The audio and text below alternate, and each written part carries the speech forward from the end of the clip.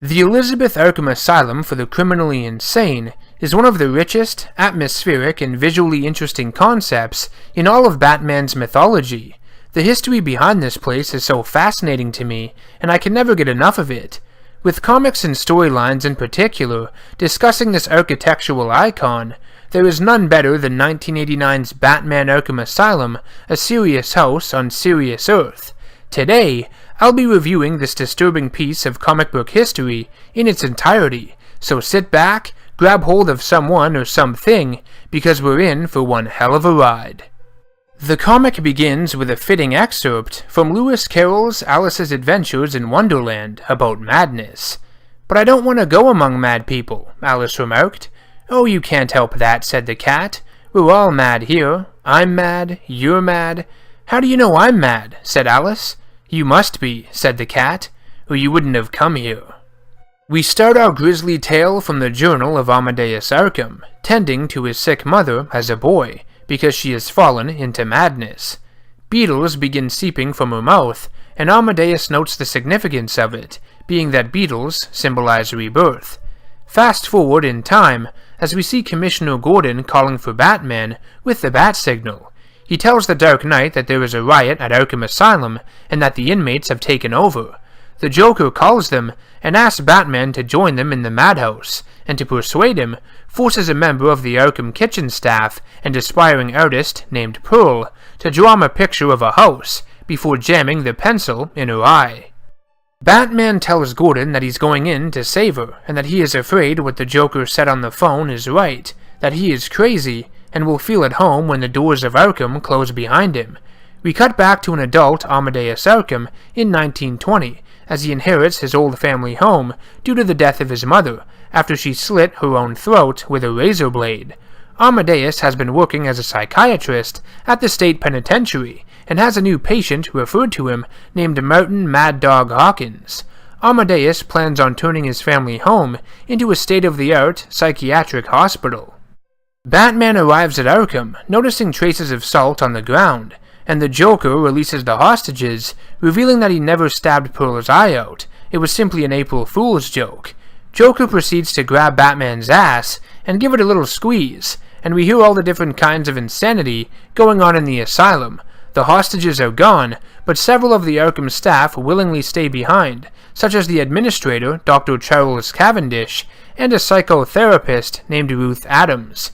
Two-Face pisses himself because he now makes decisions with a deck of playing cards, something Ruth believes is helping him, and Batman insists that it's not. Dr. Adams says the Joker is a unique case and is virtually untreatable, despite the other inmates, Tweedledee and Tweedledum, wanting to pull Batman's mask off. Joker insists that it is his real face, and that he wants to pick at Batman's brain like sticky fingers through the dirty corners of his mind. Cut back to Amadeus, where he gets a call telling him that Mad Dog has escaped. The police want his personal opinion as to what Hawkins might be thinking, but Amadeus believes it isn't his problem, at least not tonight. Joker wants Batman to play a game of hide-and-seek and meet up with the other inmates of the asylum. Batman refuses, so Joker shoots a security guard and threatens to kill Dr. Adams too, which forces Batman to play along. While walking down one of the corridors, Batman's madness begins to take hold. He has a flashback of his parents' murder, with Bambi displayed as the film playing at the theater, a reference to what is about to take place. To fight these thoughts, Batman takes a broken piece of glass and stabs it through his hand, calling out for his mother. On April 1st, 1921, Amadeus returns home to find his wife Constance murdered and cut into pieces. His daughter Harriet has also been violated, with Mad Dog carved into her body. Her head is missing and is found shortly afterwards, hidden away in her dollhouse. Amadeus finds himself choking, sobbing, and vomiting, and feels very ill. We then cut back to Batman, who has also been having a rough night, and is completely sick of this shit. He kicks Dr. Destiny down the stairs in his wheelchair. I think he's still alive, but who knows. Has a short and disappointingly brief encounter with the Scarecrow that literally lasts a few short panels, but spooky nonetheless, and the Mad Hatter reveals his admiration for little blonde girls. How lovely. Arkham Asylum officially opens its doors in November of 1921. The first patient Amadeus treats is Mad Dog Hawkins, and a year after the death of his wife and daughter, Amadeus murders Mad Dog within his asylum's walls via electrocution. Amadeus then wanders the halls feeling lost, believing that his hospital feeds on madness and is like a living organism.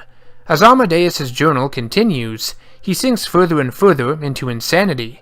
As he fights his inner demons, the comic brilliantly cuts to Batman fighting Killer Croc at the same time, ending with the two stabbed onto opposite sides of a spear, as if mirror images of one another. Croc falls backwards and crashes through a window. The Arkham administrator from earlier, Dr. Cavendish, is revealed to be the one responsible for letting all the inmates in the asylum free. He threatens to kill Dr. Adams and forces Batman to read the final pages of Amadeus Arkham's journal. He does, and it tells us that Amadeus's mother was tormented by visions of a bat. Amadeus was the one that slit her throat as a way to end her suffering, and had been suppressing the memories ever since. Amadeus went mad, studying shamanistic rituals, and believed magic was the only way to fight off this bat.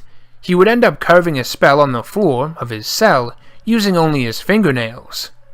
Dr. Cavendish has gone insane, reading Amadeus Arkham's journal, believing he should be the one to finish what he started. Cavendish attacks Batman, only to be killed by Dr. Adams, who, you guessed it, slits his throat. Batman confronts the Joker with an axe, and gives Two-Face back his coin, which had been given to him after saving Dr. Adams. Batman convinces the Joker to allow Two-Face to decide whether or not Batman goes free, or if he will die within the walls of Arkham. Two-Face flips the coin, and it lands on the unmarked side. Joker lets Batman go free, but claims the outside world is the true asylum, and that Batman will always have a home with him there. It is revealed that Two-Face lied about the result. The coin had actually landed scratch side up, signifying that Two-Face made the decision himself, and that he wanted Batman to go free. And we end with yet another excerpt from Alice's Adventures in Wonderland. And is not that a mother's gentle hand that withdraws your curtains, and a mother's sweet voice that summons you to rise and forget, in the bright sunlight, the ugly dreams that frightened you so when all was dark? Arkham Asylum, a serious house on serious Earth, is a phenomenal Batman story, and one of the darkest and most unsettling mainstream comics you will ever read. The artwork by Dave McKean is disturbing, and you almost feel as though you are falling into madness yourself as you flip through the pages. While I'm not a huge fan of his style personally, I do think it suits the tone of this story, and the overall comic benefits from it greatly. If I were reading any other comic, I might have a problem with it, but here, it works wonders. I find Batman to be a bit more violent and murderous in this story. Then again, he's kind of losing it, so it makes sense. I mean, pushing Dr. Destiny down the stairs, allowing Croc to fall out of the window, telling Dr. Adams that Cavendish deserved to have his throat slit.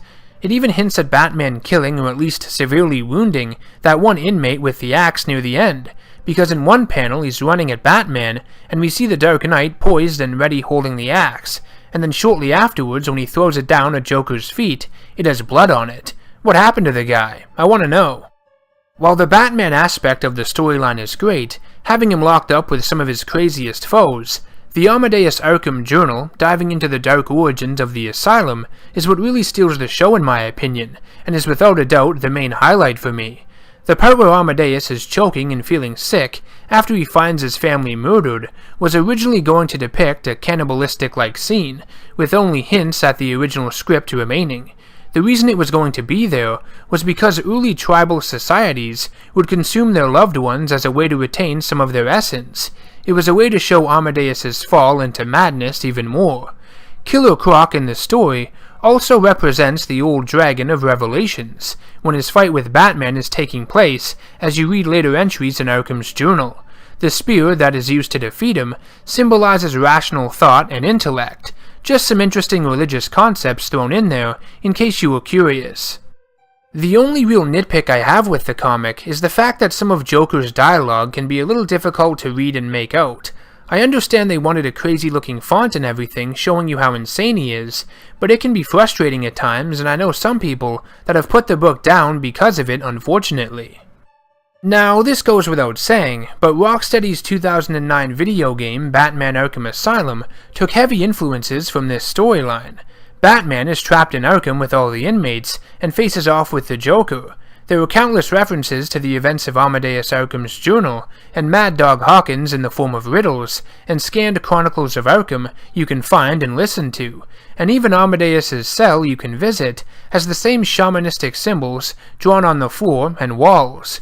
The game is arguably the darkest in the franchise, and shares a similar tone to the comic. Overall, Arkham Asylum, A Serious House on Serious Earth is a solid read. It's very disturbing and creepy, and is definitely not for the weak at heart. Kids probably shouldn't read it, they might get nightmares. Hell, I think I'll be having nightmares tonight after reading this thing. I admit that the art style might not be for everyone, and like I said, Joker's lines can be a bit tricky to get through at times, but this comic is one of the best DC has ever produced, and in terms of Batman and everything Arkham Asylum, there is nothing better out there in the medium. This has been NerdGasm. Stay tuned all week long for more Halloween-themed videos as I look at some of the scariest and bone-chilling comics to ever be released. Thanks for watching, and if you enjoyed the video, don't forget to share it and subscribe to the channel to help support the creation of future content. As always, take care, and see you next time.